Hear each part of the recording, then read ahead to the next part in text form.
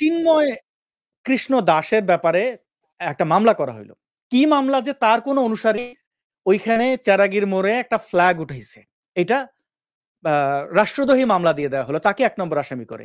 কি আমরা ওখানে দেখলাম? একটা ফ্ল্যাগ, বাংলাদেশের ফ্ল্যাগের লাল বৃত্তের চতুর্দিকে চাঁদ তারা বসানো। মানে পাকিস্তানের ফ্ল্যাগের কিছু অংশ নিয়ে বাংলাদেশের ওটার মধ্যে বসায় দেওয়া হইছে।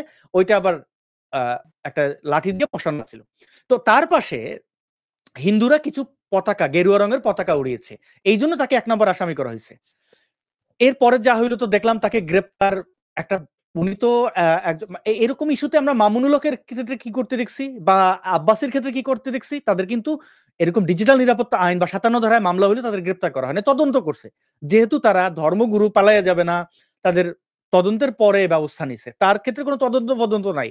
এয়ারপোর্টে তাকে ধরে নিল। মানে প্রকাশটা এমনভাবে করতে চাইছিল যে সে পালায়ে গেছে। আসলে তিনি যাচ্ছিলেন ঢাকা থেকে চট্টগ্রামে ডোমেস্টিক ফ্লাইট।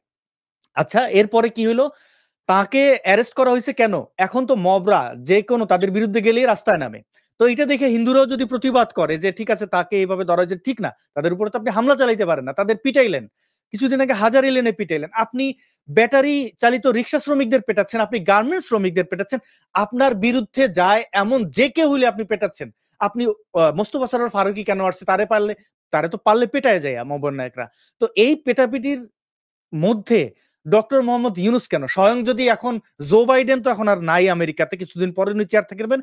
উনারাও যদি বাংলাদেশে আইনা বসায় দেন, মানে আমেরিকা যদি উনারে স্বয়ং বসায় দেয়, এই মবদের থামানোর কোন সুযোগ আমি দেখি না। এবং তারা তো বলেই দিছে গৃহযুদ্ধ হবে। তারাই প্রস্তুত। তারা জানে তাদের কোন ক্ষমতা নাই দেশ চালানোর। তাই তারা অস্ত্র বা বিভিন্ন প্রশিক্ষিত সন্ত্রাসীদের তারা রেডি করে ফেলছে এবং ওই মোহাম্মদ ইউনুসের যে আ অন্যতম গুরুত্বপূর্ণ সমন্বয়ক তিনি এক প্রকার মাস্টারমাইন্ড যাকে বলেছিলেন এই যে মাহফুজ সে তো বলেছেই যুদ্ধের কথা। তো সামনে কি হবে তো আমরা বুঝতেই পারছি।